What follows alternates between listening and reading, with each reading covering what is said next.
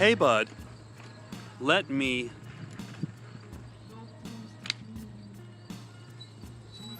The gate. Master metaphor. I'm gonna talk till Siri cuts me off. Usually, she cuts you off around the 4-minute mark. But sometimes maybe you're actually able to talk to Siri for increasingly longer organic amounts of time as she becomes more intelligent. Pretty crazy.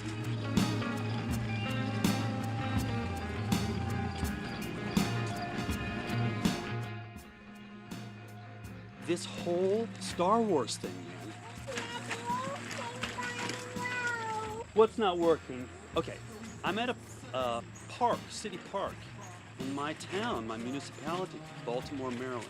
Now, mind you, I've been in the UK for a month, so I'm inscribed and infused by whatever that is. I'm sort of coming out of this natural foods restaurant, and I run into this guy who I know very vaguely. I know his wife more than anything, but I know his daughter from this play group. He's wearing a Millennium Falcon t-shirt. And I'm, funnily enough, I've got the Millennium Falcon socks on. Anyways, we get to talking, and you know, this guy, I mean, it blows my mind. It verifies to me how truly mythological Star Wars actually is in people's lives now. Meaning it absolutely does occupy. You know, it's mythopoetry, right? It's vision, it's values, it's mirror of the universe and the human experience. This is now, I mean, I'm sorry, not many conventional mythic systems available to humans could really compete with it, okay? And when it's the only available mythology to you, and it's actually functional.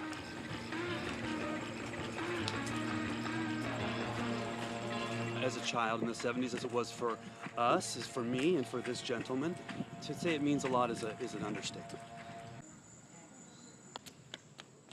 Go get in front of the camera.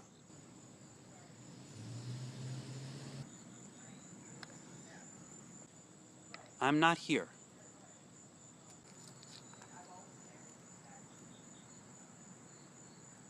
And you can be in the video. It's just like a mirror. It's just like carrying the mirror around. I'm talking to Neil. So anyways, this guy, he's a sincere Star Wars fan.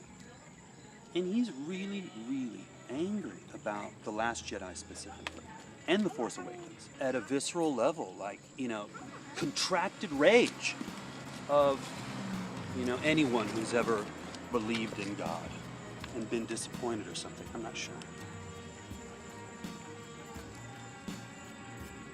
He just thinks they've destroyed it. He's like, what is the point of these new characters?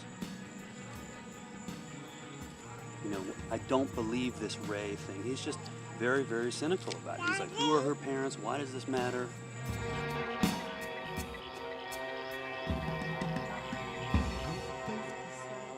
And I'm trying to think, what's the movie that could have been made that would have pleased them? But that's not the point of Star Wars, right? The point of Star Wars is inspiring creativity in the people who dance with it. That's all. We're making a new one right now. For me, I thought The Last Jedi was and I still think it is a transcendent piece of, you know, human communication, okay? But at the center of it, Mark Hamill's total opposition to the depiction of Luke Skywalker, I felt now should have been heeded. They should have found a way to make him happy. I think he wasn't going to shut down the whole... I understand that because he's a professional, he's a nice guy. But what did he want? What was his vision of it? What was going to... There's a lot of this revisionist stuff going on. Why not join in the mayhem? Well, to me, this is just an image to reflect on. A very, very much more physically desiccated Luke Skywalker upon discovery. He's not just physically desiccated, he's psychologically desiccated, sort of mortally wounded in a confrontation with Kylo Ren. This all tracks with I'm going with what they've already set up, because a lot of what they've set up is cool. In this conception, you build to a kind of Sam Shepard style, very, very shamanistic, very remote, but funny and weird and Beckettian, if you will, vision of Luke Skywalker. He's out there, and what he's muttering about is he's like, my dad was the chosen one. I really like the way this mass of wires looks. God help me. God help me. Just one eye. Keep it to have one eye. Keep it to have one eye, Daddy.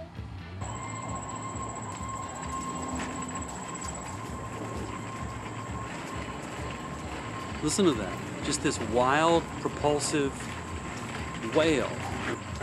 It sounds like something out of Star Wars. That's the real significance and value of Star Wars, is it's a catalyst for human imagination, creativity, I think, and also for the development of, I think it points you towards non-dual experience, tradition, you know, points you where Buddhism is pointing, I think. But yet it also, it transcends that. It's a massive localizing metaphor.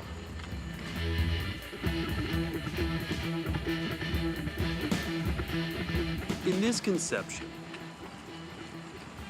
Luke Skywalker has not made a kind of demoralized, it's not a conscious despondency, a kind of bitter resignation, because that doesn't seem true to Luke Skywalker's ritualistic function in the myth. It's too innovative. It's too innovative to make him just like us. I think people have an instinctive reaction to this. Apparently his ideas for the new films involved a deep exploration of the midichlorians, as it were, the pre-cellular, the pre-microbial animating energy of the Force. The Force is simply a larger metaphor. What's really going on is wavical dance, something between a wave and a particle.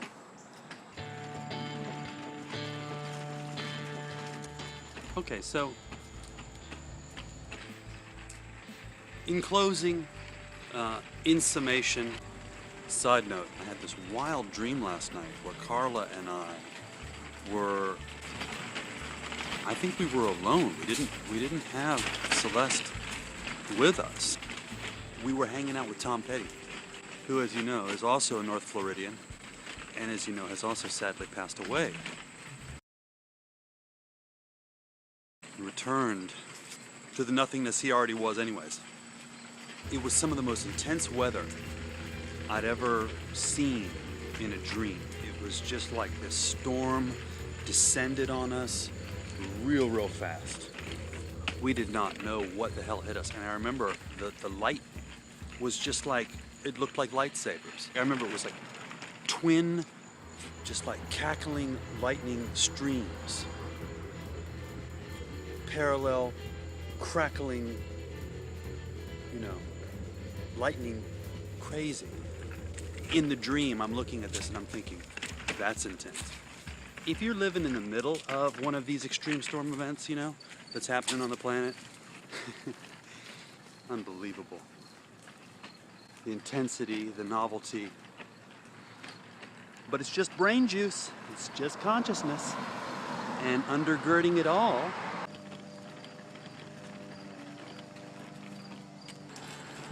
if all the big heads at Disney and Lucasfilm and Star Wars, and everyone sits around and goes, Mark's not happy. Mark effectively is Luke Skywalker. He's not happy. Something in him creatively, something in him mythologically, spiritually. He is the avatar. He is the hero. He's the representation of it. Together. And let's put everything on the table. George Lucas is there. Let's get past egos. Let's get past the script. Let's get past the authoritarian. And let's see if we can creatively solve together this issue.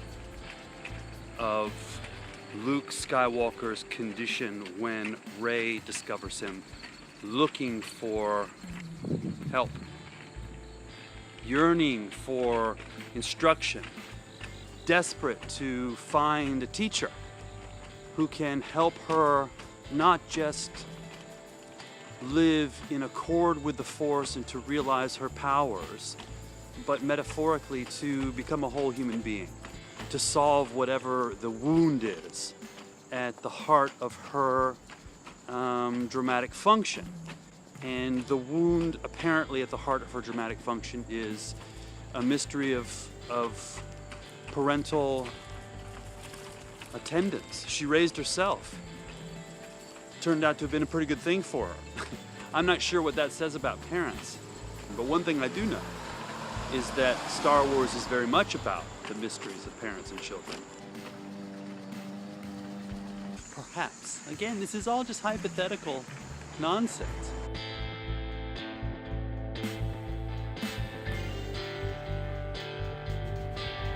Luke Skywalker, a physically and mentally desiccated man.